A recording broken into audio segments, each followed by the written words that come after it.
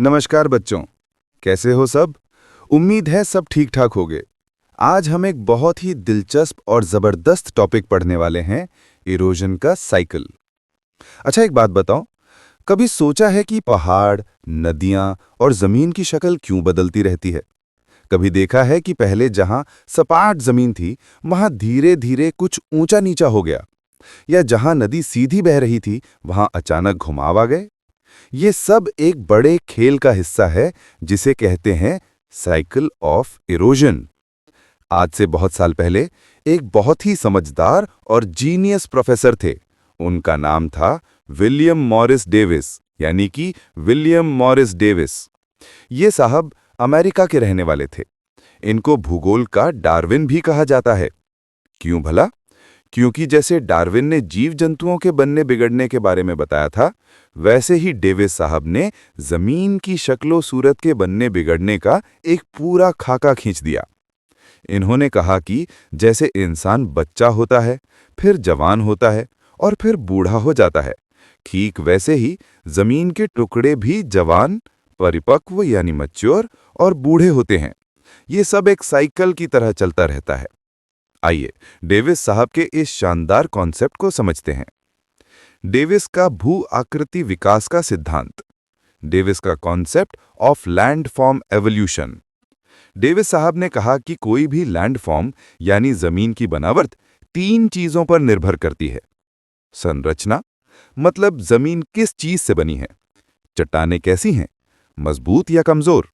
उनमें कोई जोड़ यानी जॉइंट्स हैं या दरारें यानी फॉल्ट्स। जैसे अगर कोई चीज नर्म मिट्टी की बनी है तो वो जल्दी कट जाएगी, और अगर वो लोहे जितनी सख्त चट्टान की बनी है तो उसे कटने में बहुत टाइम लगेगा। प्रक्रिया, मतलब उस जमीन पर कौन सी ताकतें काम कर रही हैं।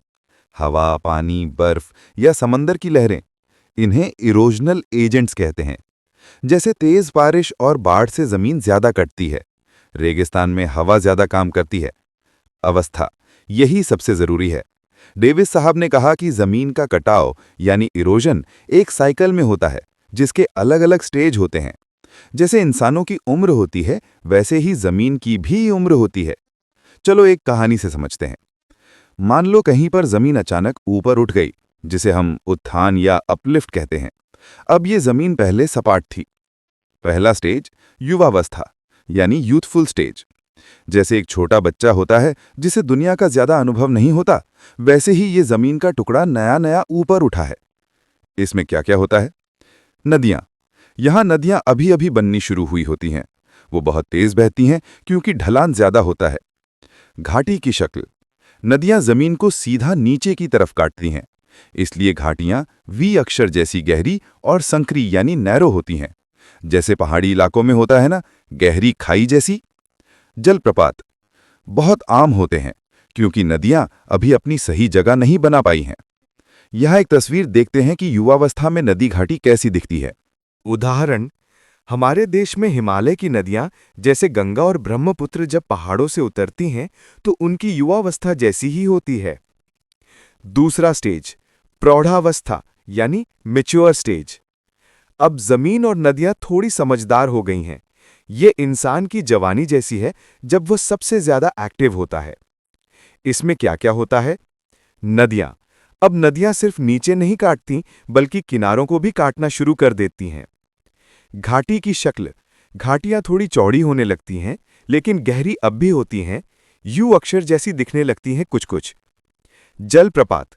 अब जलप्रपात कम होने लगते हैं या खत्म हो जाते हैं क्योंकि नदी ने अपना रास्ता थोड़ा साफ कर लिया होता है।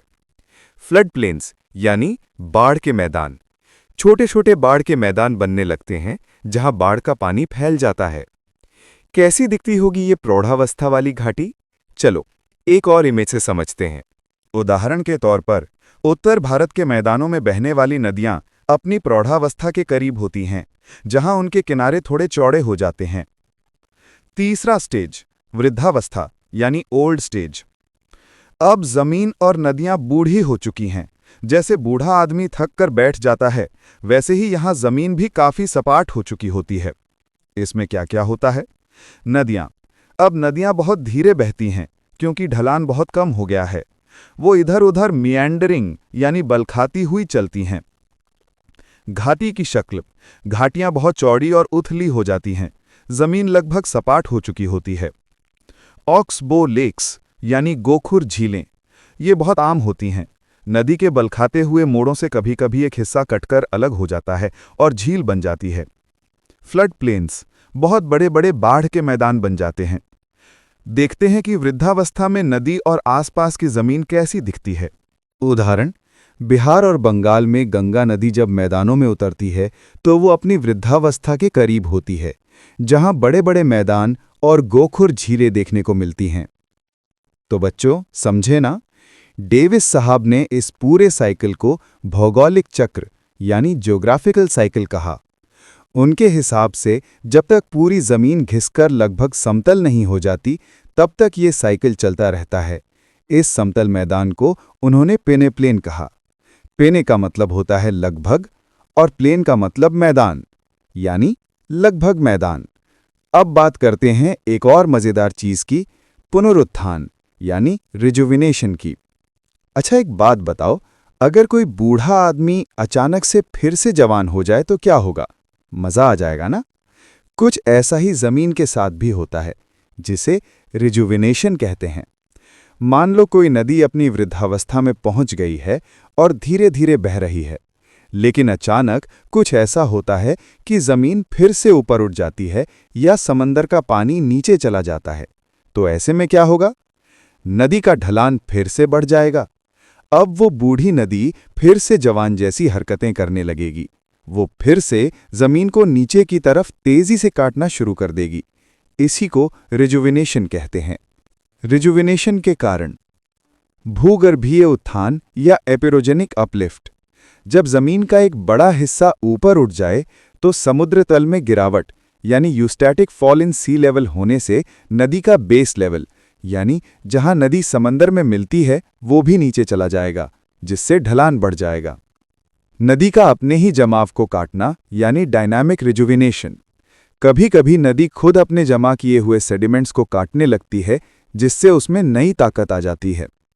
जब रिजुविनेशन होता है तो पुरानी और नई लैंडफॉर्म्स दोनों एक साथ देखने को मिल सकती हैं। जैसे नदी की घाटी में पुरानी चौड़ी घाटी के अंदर एक नई गहरी वी आकार की घाटी बन जाती है। इसे इंसाइज्ड मियांडर्स यानी अंतःखंडित विसर्ग कहते हैं। यानी नदी पहले बलखाते हुए चल रही थी, यानी पुराने मोड़, और रिजुविनेशन के बाद उसने उन्हीं मोड़ों के अंदर गहरा काटना शुरू कर दिया। देखो जरा, इंसाइज्ड मियांडर कैसे दिखते हैं। ये बहुत ही खास नज़ारा होता है, जहां आप पुरानी और नई दोनों उम्र की नदियां एक साथ देख सकते हैं। तो बच्चों, उम्मीद है आज की क्लास में बहुत कुछ नया सीखने को मिला होगा, है ना? डेविस साहब ने कितना आसान कर दिया था जमीन के बनने बिगड़ने को समझना। चलो एक छोटा सा समरी कर लेते हैं। संक्षिप्त सार यानी summary points. William Morris Davis, पहले भूवैज्ञानिक जिन्होंने साइकिल ऑफ इरोजन का कॉन्सेप्ट दिया। भू आकृति विकास के 3 तत्व: संरचना यानी स्ट्रक्चर, प्रक्रिया यानी प्रोसेस, और अवस्था यानी स्टेज। अवस्थाएं: युवावस्था, नदियां तेज, वी आकार की गहरी घाटियां, झरने ज्यादा। प्रौढ़ावस्था, नदियां किनारों को भी काटती हैं, घाटियां थोड़ी चौड़ी, बाढ़ के मैदान बनते हैं। वृद्धावस्था, नदियां बहुत धीमी, बहुत चौड़ी उथली घाटियां, गोखुर झीलें, बड़े बाढ़ के मैदान और पेनेप्लेन बनते हैं। पुनरुत्थान, जब जमीन फिर से ऊपर उठ जाए या समुद्र तल नीचे चला जाए तो बूढ़ी नदी फिर से युवा जैसी हरकतें करने लगती है। इसका परिणाम इनसाइज्ड मेएंडर्स या अंतःखंडित विसर्ग बनते हैं। पूरा पाठ एक बार फिर से समझते हैं। तो बच्चों, आज हमने देखा कि हमारी जमीन हमेशा एक जैसी नहीं रहती, वो भी इंसानों की तरह ही बदलती रहती है। इस बदलाव के पीछे एक पूरा चक्र या साइकिल काम करता है, जिसे हम इरोजन का साइकिल कहते हैं। इस पूरे कॉन्सेप्ट को हमें सिखाया था अमेरिका के एक बहुत बड़े भूगोलविद्ता विलियम मॉरिस डेविस साहब ने। उन्होंने कहा था कि जमीन की कोई भी बनावट 3 चीजों पर निर्भर करती है। उसकी संरचना कैसी है, यानी चट्टानें कैसी हैं, कौन सी प्रक्रिया उस पर काम कर रही है, हवा, पानी, बर्फ, और सबसे खास बात, वो किस अवस्था में है, यानी उसकी उम्र क्या है। फिर हमने देखा कि जमीन की ये उम्र भी 3 हिस्सों में बटी हुई है। पहले आती है युवावस्था। इसमें जमीन नई नई बनी होती है, पहाड़ ऊंचे होते हैं और नदियां बहुत तेजी से बहती हैं। वो जमीन को सीधे नीचे की तरफ काटती हैं, जिससे गहरी वी आकार की घाटियां बनती हैं और झरने खूब दिखते हैं। फिर आती है प्रौढ़ावस्था। अब नदियां थोड़ी समझदार हो जाती हैं। वो सिर्फ नीचे ही नहीं काटती, बल्कि किनारों को भी काटना शुरू कर देती हैं। घाटियां थोड़ी चौड़ी होने लगती हैं और छोटे छोटे बाढ़ के मैदान भी बनने लगते हैं। और आखिर में आती है वृद्धावस्था। इस उम्र में जमीन लगभग सपाट हो चुकी होती है। नदियां बहुत धीरे धीरे बल खाते हुए चलती हैं, क्योंकि ढलान बहुत कम हो गया है। यहां बहुत चौड़ी और उथली घाटियां मिलती हैं, बड़े बड़े बाढ़ के मैदान होते हैं और गोखुर झीलें भी आम होती हैं। डेविस साहब ने सपाट जमीन को पेनेप्लेन का नाम दिया था।